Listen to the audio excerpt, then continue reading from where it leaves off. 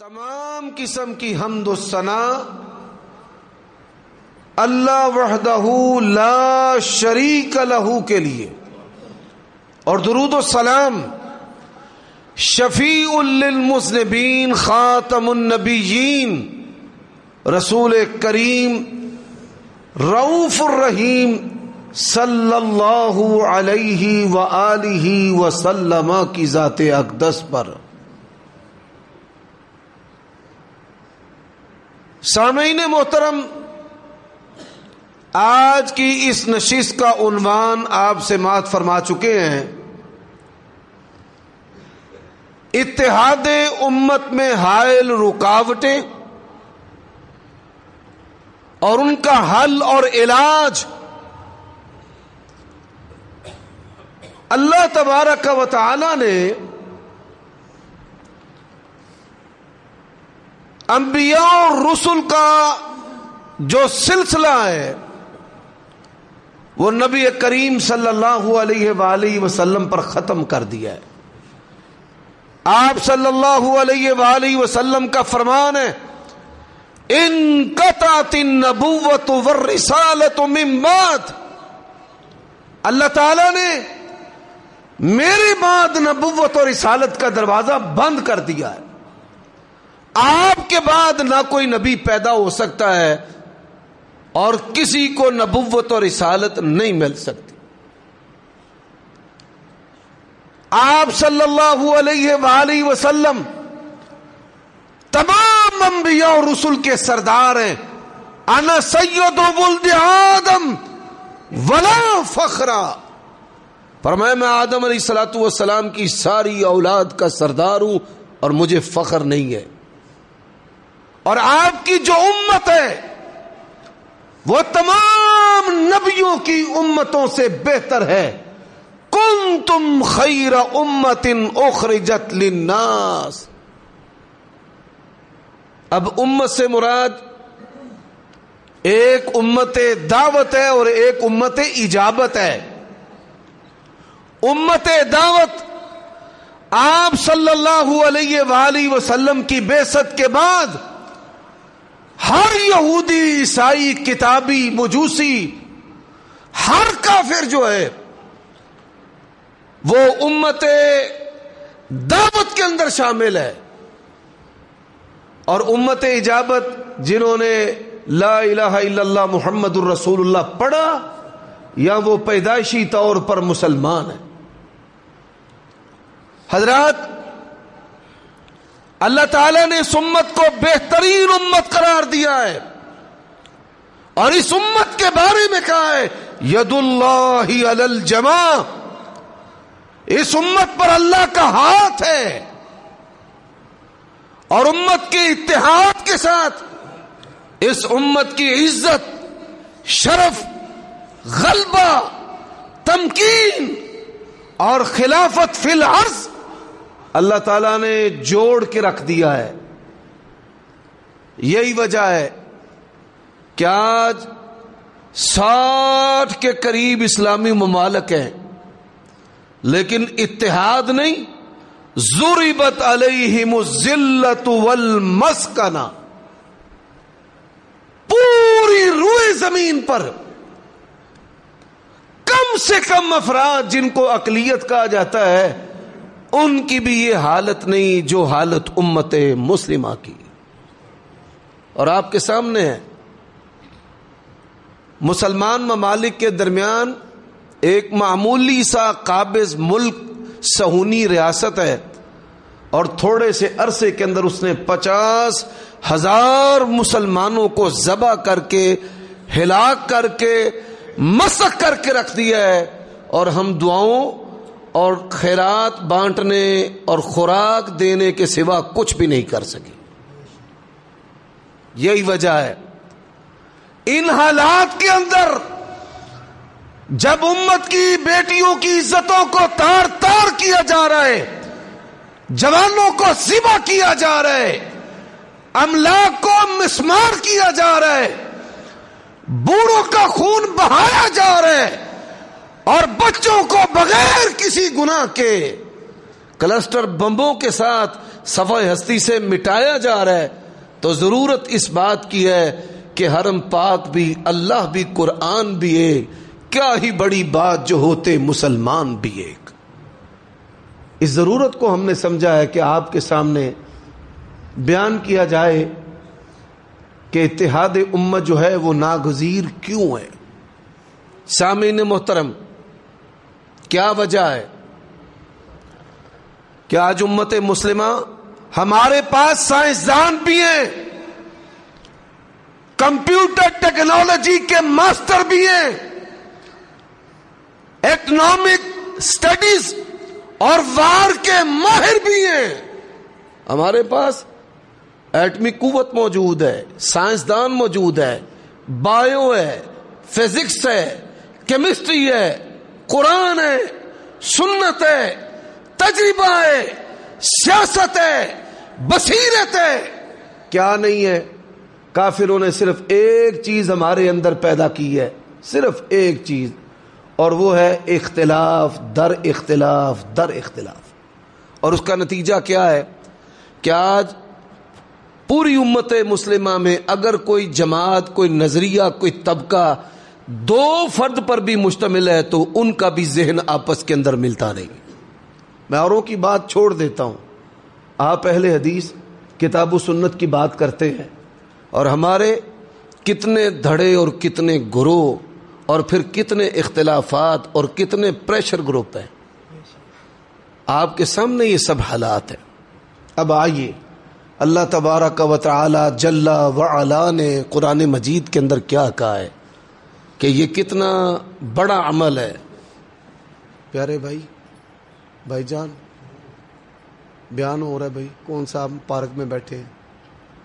کوئی بات نہیں، توجہ کیجیے گا، جو آیت کریمہ میں نے آپ کے سامنے پڑھی ہے، فرمایا هو الذی ایدک بنصری، اے میرے پیارے نبی، آپ کی مدد آپ کے رب نے کی ہے۔ بات تو اتنی کافی تھی کہ اللہ کی مدد کافی ہے، فرمایا وبالمؤمنین، آپ کی مدد اللہ نے اہل ایمان کے ذریعہ کی ہے۔ اور اہل ایمان کی کون سی خوبی؟ فرمایا الف بین قلوبہم، تمام کے تمام اہل ایمان کو اللہ تعالیٰ نے محبت مصطفیٰ میں دیوار کی طرح بنایا ہے۔ ان اللہ یحب الذین یقاتلون فی سبیلہ صفا کأنہم بنیان مرصوص۔ میرے بھائیو، دوستو، اور اللہ نے پھر کیا کہا ہے؟ لو انفقت ما فی الارض جمیعا ما الفت بین قلوبہم، آپ زمین کے سارے خزانے خرچ کر دیتے، آپ کبھی بھی لوگوں کے دلوں کو ایک نہیں کر سکتے تھے، وَلَكِنَّ اللَّهَ أَلَّفَ بَيْنَهُمْ، ان کو مصطفیٰ پہ کس نے اکٹھا کیا ہے؟ اللہ نے۔ اور نبی علیہ الصلوۃ والسلام نے ایک حدیث میں کہا ہے کنتم متفرقین، تم ٹکڑے ٹکڑے تھے، عصبیت میں بٹے تھے، جاہلیت میں ڈوبے تھے، قومیت و لسانیت و وطنیت کے دیواروں، آڑوں اور سرحدوں کے اندر تقسیم تھے، اللہ تعالیٰ نے تم کو میرے ذریعہ ایک کیا ہے۔ تو میرے بھائیوں، دوستو، سب سے پہلی جو رکاوٹ ہے وہ شرک ہے۔ اللہ تبارک و تعالی کی معرفت، توحید الوہیت، توحید اسماء و صفات، اللہ کو چھوڑ کر قبروں پر، شخصیتوں پر، درختوں پر، گندے جوہڑوں پر لوگوں نے مدد کے لیے کیا کچھ نہیں کیا، اور کسی سے یہ بات پوشیدہ نہیں ہے۔ جب تک شرک ہے، امت کے اندر امت کبھی بھی ایک نہیں ہو سکتی۔ جس رب نے آپ کو وجود دیا، علم دیا، خوراک دی، صلاحیتیں دی، حق اللہ علی العباد ان یعبدوہ ولا یشرکوا بہ شیئا، اس رب کا حق ہے ہمارے اوپر ہم اس کی بندگی کریں اور اس کے ساتھ کسی کو شریک نہ ٹھہرائیں۔ یہی وجہ ہے بھئی یا علی مدد والے ادھر، یا رسول اللہ مدد والے ادھر، یا غوث والے ادھر۔ شرک نے پھاڑ کے رکھ دیا، اور یہ اتنی گندی نامراد چیز ہے کہ پھر ایک پر نہیں رہتے، کوئی لاہور جا رہا ہے، کوئی پاک پتن جا رہا ہے، کوئی سیون جا رہا ہے، کسی کا رخ پشاور کی طرف ہے، کسی کا کوٹے کی طرف ہے، کسی کا بستی کی طرف ہے، کسی کا ہستی کی طرف ہے، اور کوئی بابا جی کی گائے کی پرستش و پوجا کر رہا ہے، مسلمان ہو کر بھی گائے کی پوجا کر رہا ہے۔ حضرات، اتحاد امت کے اندر دوسری چیز کیا ہے؟ اتحاد امت کے اندر دوسری چیز انکار حدیث ہے۔ نبی علیہ الصلوۃ والسلام آپ کے درجے کی توہین کی گئی، آپ کو نعوذ باللہ ایک ڈاکیا بنایا گیا کہ اللہ سے کتاب لے کر ہمیں دے دی ہے اور آپ دنیا سے چلے گئے ہیں، اب کتاب ہمارے رحم و کرم پر ہے۔ اور یہ فتنہ انکار حدیث اور انکار سنت جو ہے، یہ حقیقت میں انکار رسالت ہے اور انکار قرآن ہے۔ اور آگاہ ہو جاؤ، یہ فتنہ جو ہے یہ تمہارے ارد و گرد ہے۔ اس فتنے کا ورژن نئی بوتل اور پرانی شراب جو ہے وہ جاوید غامدی صاحب کی صورت میں ہے۔ جب تک امت حدیث سنت سیرت پر ایک نہیں ہوگی، یہ امت جو ہے یہ کبھی بھی اتحاد نہیں کر سکتی، اکٹھی نہیں ہو سکتی۔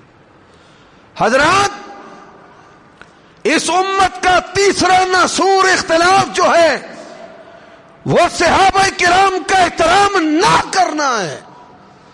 اگر رسول اللہ صلی اللہ علیہ وسلم کی جماعت کا احترام نہیں ہوگا، آپ کے گھرانے کا احترام نہیں ہوگا، آپ کی ازواج کا احترام نہیں ہوگا، اللہ کی قسم ہے امت کبھی بھی اکٹھی نہیں ہو سکتی۔ ایک عائشہ کو گالی دینا ایمان سمجھتا ہے، ایک عائشہ رضی اللہ تعالی عنہا کے بارے میں کہتا ہے ان ام المؤمنین عائشہ رضی اللہ تعالی عنہا قالت سمعت النبی صلی اللہ علیہ وسلم، ہماری ماں ہے اور ہم ان سے دین لیتے ہیں، ان کے بغیر، ان کے ایمان کی شہادت کے بغیر، ان سے دین لیے بغیر نہ ہم جنت میں جا سکتے ہیں، نہ ہمارا ایمان مکمل ہو سکتا ہے۔ حضرات، اس امت کو یہ تین بڑے ایسے فتنے لگے ہوئے ہیں کہ جس نے ہمارے حصے ٹکڑے ٹولیاں بنا کر کے رکھ دی ہیں۔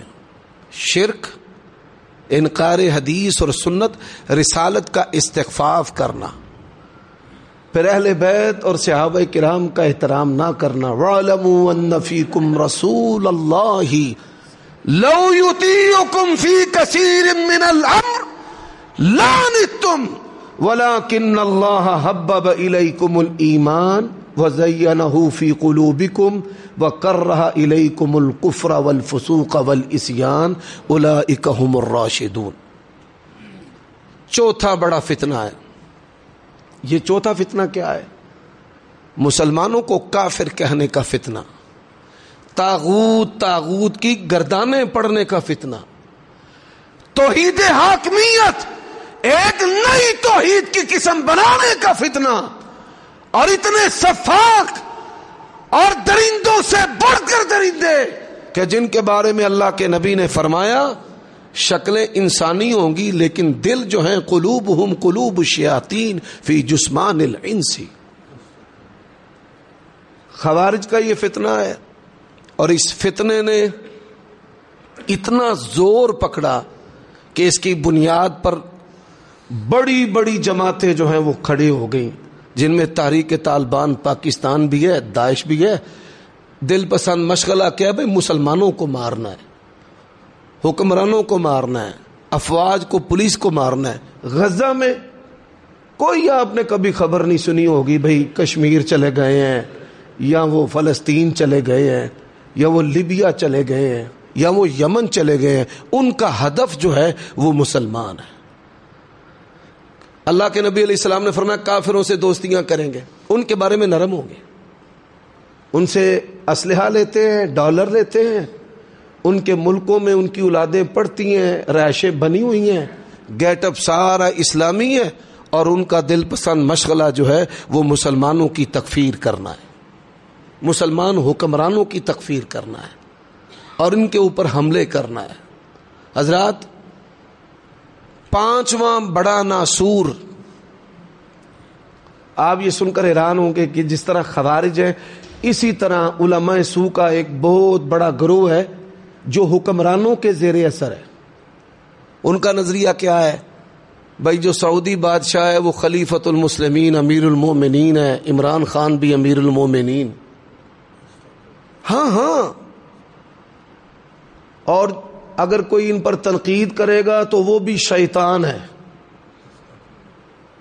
اور بڑے بڑے ہمارے علماء، شیخ عبد المنان نور پوری رحمہ اللہ کے بارے میں، علامہ احسان اللہ ظہیر رحمہ اللہ کے بارے میں، شیخ ابو اسحاق الحوینی رحمہ اللہ کے بارے میں، شیخ البانی رحمہ اللہ کے بارے میں، ان لوگوں کے بارے میں اس مدخلی فتنے نے وہ طوفان بدتمیزی برپا کیا ہے، الامان والحفیظ۔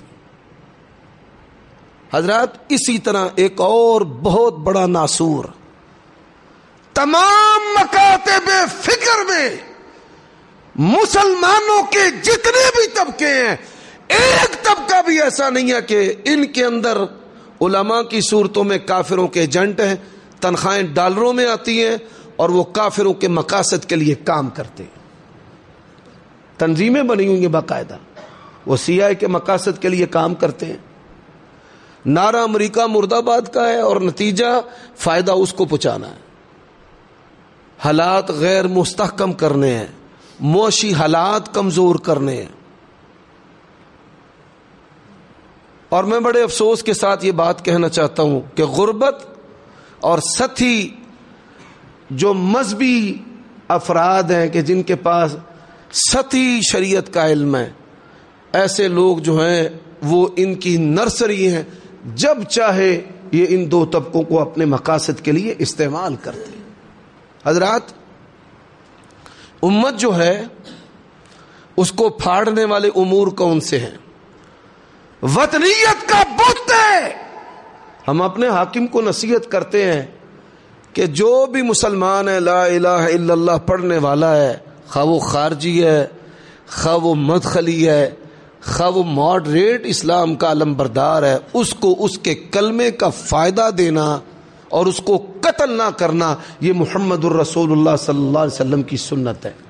جب تک امت اکٹھی نہیں ہوگی کہ ہم نے ایک دوسرے کا قتل نہیں کرنا، ہم نے ایک دوسرے کو مارنا نہیں ہے۔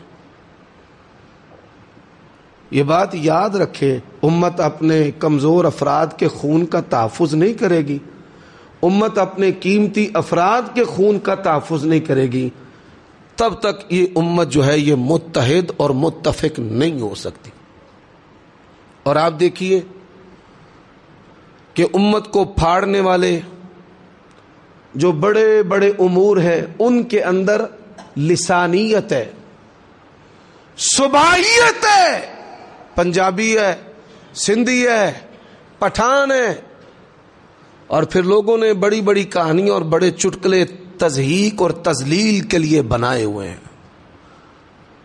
بھائی سکھاں دے کول بھی عقل نہیں تے پٹھاناں دے کول بھی عقل نہیں، حالانکہ ولا حول ولا قوت الا باللہ پاکستان کے تمام اہل حدیث ایک پڑھنے میں جمع کر لیے جائیں، جتنے بھی ہمارے اساتذہ ہیں ماضی قریب میں، جتنے بھی سارے کے سارے ایک پلڑے میں جمع کر لیے، ایک پٹھان عالم شیخ عبدالسلام رستمی رحمت اللہ علیہ، انہوں نے قرآن کی خدمت اور تفسیر ایسے ایسے کمال انداز سے کی ہے، اللہ کی قسم یہ پٹھان جو ہے یہ سارے پنجابیوں پہ باری ہے۔ اللہ تعالیٰ نے شریعت کا علم ایسے ایسے موتی قرآن کی تفسیر کے اس بندے نے جوڑے ہیں، یقین جانیے انسان حیران رہ جاتا ہے۔ بڑے بڑے جید علماء ہیں۔ میں آپ کو ایک مثال سنانا چاہتا ہوں۔ حرمین کے میں سفر پر تھا تو دوران سفر جو گاڑی چلانے والا تھا وہ عربی تھا، اور گاڑی چلاتے چلاتے اس نے اپنے عربی ہونے پر فخر کرنا شروع کر دیا، جی ہم عربی ہیں، سعودی۔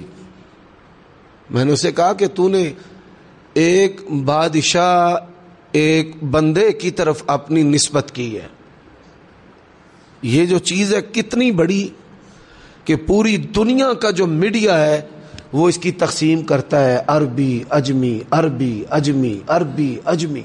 صرف یہی نہیں، پوری دنیا کے اندر میک اپ انڈسٹری کھڑی کی گئی ہے، اربوں بلین اس کے اندر انویسٹ ہوتے ہیں کالے گورے میں فرق کرنے کے لیے کہ گورے جو ہیں ان کے کیا کہنے ہیں، وہ جیسے انسانوں میں شاہ ہیں، بادشاہ ہیں، اور احساس کمتری پیدا کر کے لوگوں کو، عورتوں کو نہیں مردوں کو میک اپ کرنے کے اوپر لگا دیا ہے، رنگ گورا کرنے کے اوپر لگا دیا ہے۔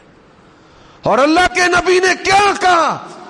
لا فضل لعربی علی العجمی، کسی عربی کو اجمی پر کوئی فضیلت نہیں، اور کسی اجمی کو بھی عربی پر کوئی فضیلت نہیں، کسی گورے کو کالے پر کوئی فضیلت نہیں، اور کسی کالے کو گورے پر بھی کوئی فضیلت نہیں، الا بالتقوی، اگر فضیلت ہے تو تقوی کی بنیاد پر فضیلت ہے۔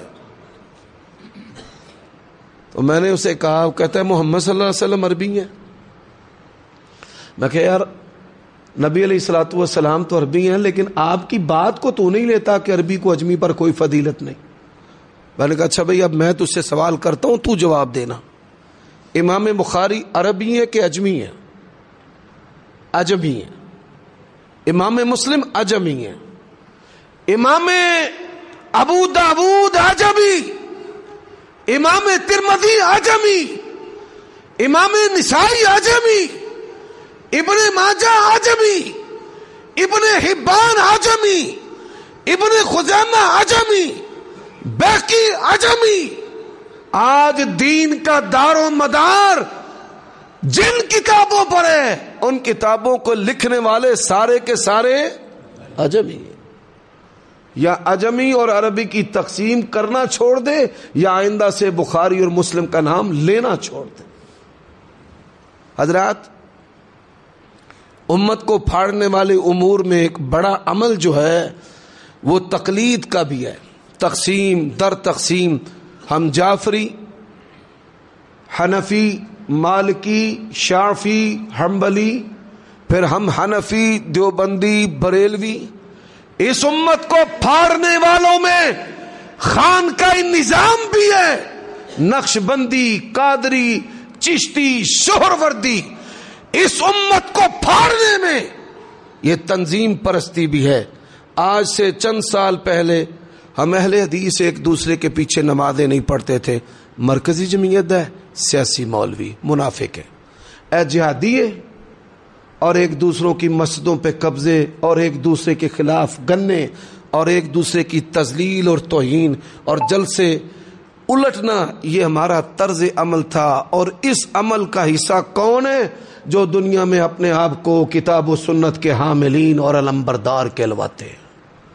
بڑے بڑے علم کے جو پہاڑ ہیں، ہم نے ان علم کے پہاڑوں کو بالکل تنظیمی عصبیت کی بنیاد پہ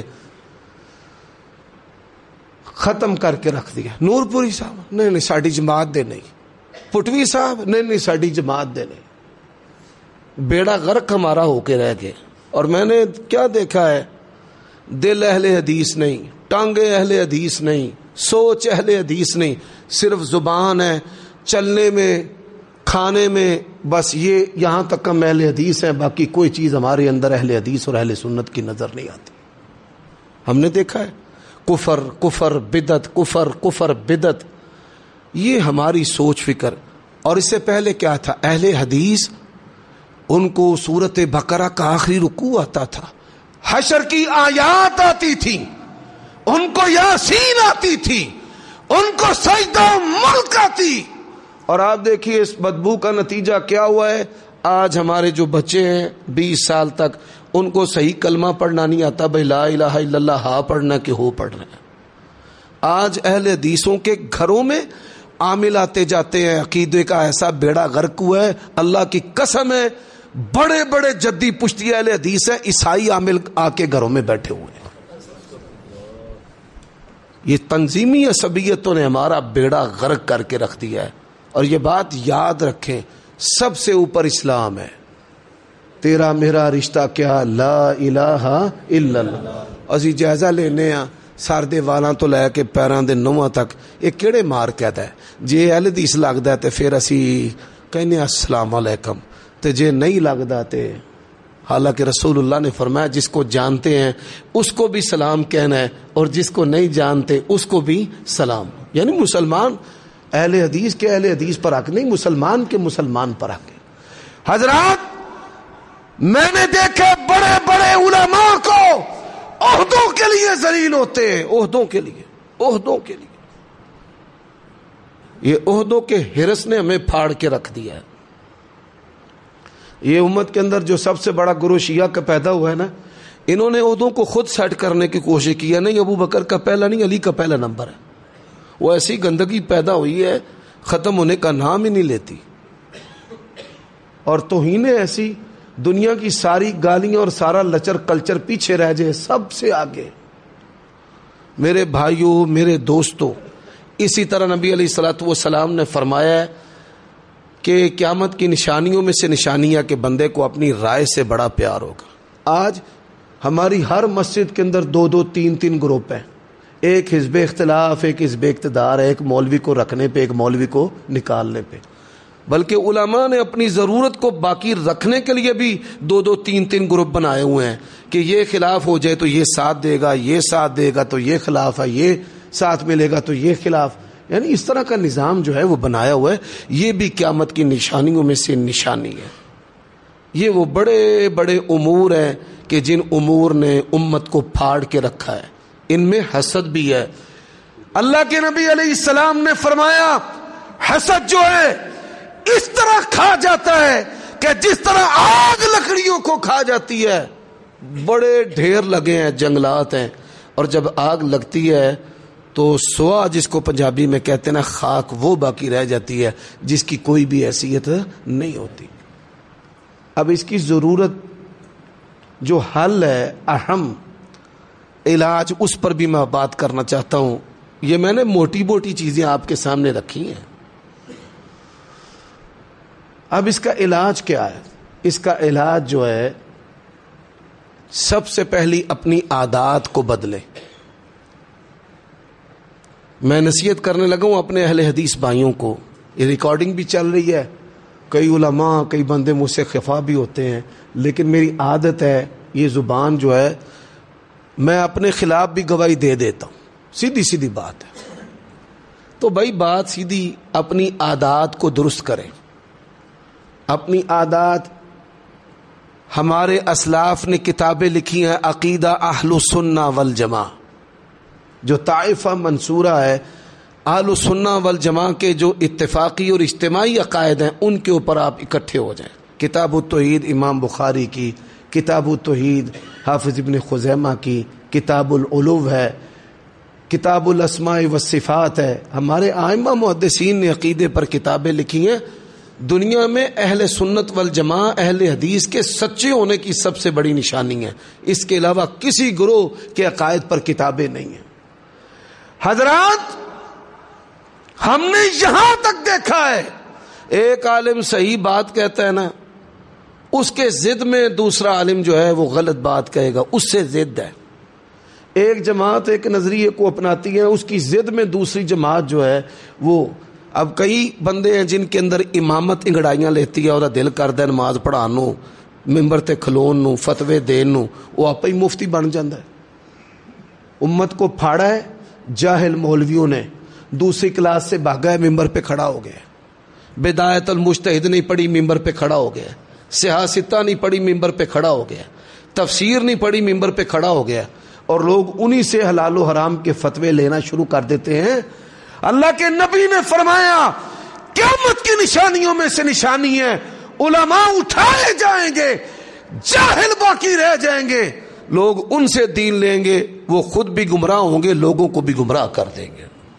اور آج ایسے ہی ہو رہا ہے، مساجد کے اندر ٹپے، دوڑے، مائیے، گانے ہیر وارث شاہ رسول اللہ کے ممبر پہ سکھوں، ہندوؤں، پلیتوں کا کلام جو ہے وہ مولوی پڑھتے، اور ممبر پہ اللہ اما بعد فإن خیر الحدیث کتاب اللہ وخیر الہدی ہدی محمد۔ لوگ مجھے بلاتے ہیں، انجینئر محمد علی مرزا کا فتنہ پھیل گیا ہے، مولوی صاحب کا فتنہ پھیل گیا ہے، فلاں شیعہ کا فتنہ پھیل گیا ہے، اور مولوی کتنے کا رکھا ہوا ہے؟ 10,000 15,000 کا۔ اور میں کہتا ہوں مفتی رکھو، شیخ الحدیث رکھو، بڑے بڑے ماہر علماء رکھو۔ کیا وجہ ہے؟ یہ پیپلز کالونی کا علاقہ پورے شہر پر بھاری ہے، اتنے عام بندے نا علم مولویاں تو پا رہا ہے۔ اس کے سبب وجہ کیا ہے؟ شیخ عبدالسلام بھٹوی رحمت اللہ علیہ سکہ اور پختہ راسخ فی علم تھے، کسی نے جرت نہیں سی سر چکن، جڑا بندہ کو گال ادھر ادھر دی کر دے سن، لوگ کی کنوں پھاڑ کے پٹوی صاحب دے کے ڈا چھڑ دے سن، ہاں بھائی ادھر۔ جب تک شیخ نور پوری رحمت اللہ علیہ زندہ رہے ہیں شیخین، مجال تھی ہمارے شہر میں کوئی فتنہ، آج ہر مسجد میں فتنہ ہے۔ تو بھائی پختہ علماء، دیکھیں پہلا اس کا حل، پختہ علماء سے علم لیں، اتفاقی چیزوں کو اختیار کریں، اور پھر فوراً کسی کی بات کو سن کر رد نہ کریں، توقف کریں، مشائخ کبار علماء کی طرف رجوع کریں، زبان کو نہ حق چلانے سے بچیں، امت سے الگ کام کرنے سے بچیں، امت سے الگ کام نہ بھائی۔ میرے بھائیوں دوستو، اپنی عادات کو بدلیں۔ اب دیکھیں ہماری مساجد میں نمازی کئی قسم کے ہوتے ہیں، 99% نمازی کیسے ہوتے ہیں؟ سلام پھرے گی اینج کدی ویکھن گے، کدی پیچھے ویکھن گے، کون کھلوتا ہے کون بیٹھا ہے، اینج جائزے لین گے۔ او بھائی یہ کوئی پارک ہے؟ صحابہ کرام کیسے بیٹھتے تھے؟ وہ محو کے استغراق کے ساتھ اپنی توجہ جو ہے وہ قبلہ رخ بنائے رہتے تھے۔ بڑے بڑے صحابہ تھے، ابو بکر و عمر تھے، وہ لوگوں میں جب بیٹھتے تھے پتہ ہی نہیں چلتا تھا جب تک وہ سر نہ اٹھاتے۔ ہمیں تو خود نمائی کا مرض ہے، نسی تو نہ پھیرنے پڈسٹل فین دی طرح۔ عادات بدلے اپنی، کہ جب گھر میں آئیں اللہ کے گھر میں تو آپ بس توجہ سے استغراق کے ساتھ نماز میں محو ہو کے بیٹھیں، نماز کے بعد بیٹھے فرشتے آپ کے لیے دعائیں کریں، کھانے والے نہ بنے۔ آج ہمارے شہر کے اندر ایک طبقہ ہے بدبودار، فلانی مسیتوں اتنے نا زعفران دا قہوہ ملتا ہے، شہد پا کے دیندے نے، عجیب ہے۔ مساجد ویران ہے، دڑنگے مارتے ہوئے روٹی کے پیچھے پیچھے، کدی ادھر کدی ادھر کبھی ادھر۔ یہ تنظیموں نے لوگوں کو اپنے پیچھے لگانے کے لیے 30 سال کے اندر کھانے والے بھائی سیف اللہ پیدا کیے، کھان والے۔ اور یہ بات یاد رکھو، سلامتی کے ساتھ رب کی جنت میں جانا چاہتے ہو، کھلانے والے بنو، کھانے والے نہیں۔ وہ بندہ ہے جس کے اندر منق ہونا چاہیے۔ وَيُطْعِمُونَ الطَّعَامَ عَلَىٰ حُبِّهِ مِسْكِينًا وَيَتِيمًا وَأَسِيرًا إِنَّمَا نُطْعِمُكُمْ لِوَجْهِ اللَّهِ۔ یہ امت کھانے والی امت نہیں ہے، یہ امت کھلانے والی امت ہے۔ تو غیبت سے بچیں، حسد سے بچیں، افتراق سے بچیں۔ علماء راسخ جو علماء ہیں ان سے مساجد کے اندر فنکاری، گلوکاری، اداکاری اس سے بچیں، تنظیم پرستی سے بچیں، حتیٰ کہ جو مسلک پرستی ہے نا، جی ساڈا مسلک ہے، او بھئی تو کتوں چوک کے لیندا مسلک اپنا ہے؟ کس نے تجھے اجازت دی ہے؟ ما انزل اللہ بہا من سلطان۔ ہمارے شیخ حافظ عبد المنان نور پوری رحمہ اللہ کہا کرتے تھے، اتبعوا ما انزل الیکم من ربکم ولا تتبعوا من دونہ اولیاء قلیلا ما تذکرون۔ وہی الہی کتاب و سنت کی پیروی ہے، اور اس کے لیے رستہ کون سا بھائی؟ سبیل المومنین ہے، جیسے صحابہ نے عمل کیا ہے، تابعین نے عمل کیا ہے، اتباع تابعین نے عمل کیا ہے۔ تو یہ چیزیں تنظیم پرستی، شخصیت پرستی، مسلک پرستی سے بچیں، حسد سے، بغض سے، اپنی رائے کو اپنے دل کے ساتھ لگانا، اس سے بچیں۔ اور لب لباب کیا ہے؟ رسول اللہ نے فرمایا میں دو چیزیں تمہارے اندر چھوڑے جا رہا ہوں، ایک اللہ کی کتاب ہے اور ایک میری سنت ہے، اس کو پڑھیں۔ اتل ما اوحی الیک من الکتاب، فرمایا آسمان سے اللہ نے جو کتاب اتاری ہے نا اس کو پڑھو، جس طرح پڑھنے کا کہ الذین آتیناہم الکتاب یتلونہ حق تلاوتہ، اس کو پڑھو۔ تو کتاب پڑھیں اور کتاب پڑھنے کے بعد اس پر عمل کریں۔ امت جو ہے وہ فیضان سنت پر، تبلیغی نصاب پر ایک نہیں ہو سکتی، نہ بہشتی زیور پر ایک ہو سکتی ہے۔ امت اگر اکٹھی ہوگی تو کتاب اللہ اور جناب محمد الرسول اللہ صلی اللہ علیہ وسلم کی سنت پر ایک ہوگی۔ اور صرف اختیار اور تبلیغ کا نام نہیں ہے کہ ہمارا مطلب کتاب و سنت ہے، بلکہ کتاب و سنت عمل کا نام ہے۔ عمل کریں، اپنے نفس کی اصلاح کریں، اپنی طرف توجہ کریں۔ یہ فتنوں کا دور ہے۔ رسول اللہ کا فرمان ہے، جامع ترمذی کی حدیث ہے، دعی لواما، چھوڑ دے لوگوں کو، اپنے نفس کو پکڑ، اس نفس کی اصلاح کریں، اس نفس کو فواحش کے فتنوں سے۔ اسی طرح تجدد، کئی لوگ ہیں نئی بات کرتے ہیں، نیا مسئلہ ہے، وہ نیا مسئلہ اٹھا دیا، مسجد کے اندر جو سکون تھا، امن تھا، وہ سبوتاز ہو گیا۔ بعض لوگ جو ہیں وہ بڑی بڑی چھوٹی باتوں پہ بے جا سختیاں کرتے ہیں، غیر حکیمانہ حرکتیں کرتے ہیں۔ یہ بڑی عید کا موسم آئے گا، کئی لوگ ان کے اندر نا عجیب و غریب چیزیں انگڑائیاں لیتی ہیں۔ اچھا سب کوڑا حلال ہے کہ نہیں حلال؟ عید قربانی ہو جاندی کہ نہیں ہوتی؟ بھائی کیا ضرورت ہے ایسی باتیں کرنے کی؟ مولانا اسماعیل سلفی رحمہ اللہ نے ہماری تربیت کی ہے۔ رسول اللہ کی دو سنتیں ہیں، ایک سنت پر امت اکٹھی ہوتی ہے، وہ کر لو۔ وہ وضو کر رہے تھے، ایک حنفی آیا، مولانا صاحب کو وضو کرتے دیکھ رہا تھا، شیخ کی نظر پڑی نا سلفی رحمت اللہ علیہ کی، تو انہوں نے جرابیں پہنی ہوئی تھی، وہ جرابیں اتار دی۔ جرابیں کیوں اتاری؟ کہ یہ میرے پیچھے نماز پڑھے۔ اور انہوں نے جب پیچھے نماز پڑھی اور پھر ایسی پڑھی کہ وہ وقت بھی آیا کہ اس بندے نے پھر اپنی جرابوں پہ مسح کیا ہے۔ ضرورت اس بات کی ہے اپنی مساجد کو آباد کریں، اپنی نسلوں اولادوں کے ساتھ محبت کے ساتھ غیر اہل حدیث کو لائیں، ان کو اپنے علماء کے بیان سنائیں، ان کو قیام کروائیں، ان کے بارے میں نرم ہو جائے۔ ہمیں مار بھی نہیں پڑی، سر بھی نہیں پھٹا، ہماری ہڈی بھی نہیں ٹوٹی، ہمیں کہیں نکالا بھی نہیں گیا، محصور بھی نہیں کیا گیا۔ اسی بریلویوں دیوبندیوں کے بارے میں اور شیعوں کے بارے میں بلا وجہ ہی سخت ہے بھائی۔ تو ان سے پیار کر کے ان کو کدھر لانا ہے؟ اپنے علماء، اپنی مساجد میں، اور خود بھی عمل کرنا ہے۔ یہ چند باتیں ہیں۔ ہمیشہ اکٹھ کی بات کریں، افتراق سے بچیں۔ ہمیشہ جمہور کی بات دلیل کے ساتھ کریں، ہمیشہ دلیل کی زبان استعمال کریں، اور کبھی بھی افتراق، انتشار، تشدد، اور کبھی بھی کفر، اور کبھی بھی نفاق، اور کبھی بھی شقاق، ایسے قول و عمل سے، عادات سے بچ جائیں۔ انہی پر میں اکتفا کرتا ہوں۔ اقول قولی ھذا واستغفر اللہ لی ولکم ولسائر المؤمنین والمؤمنات فاستغفروہ انہ هو الغفور الرحیم۔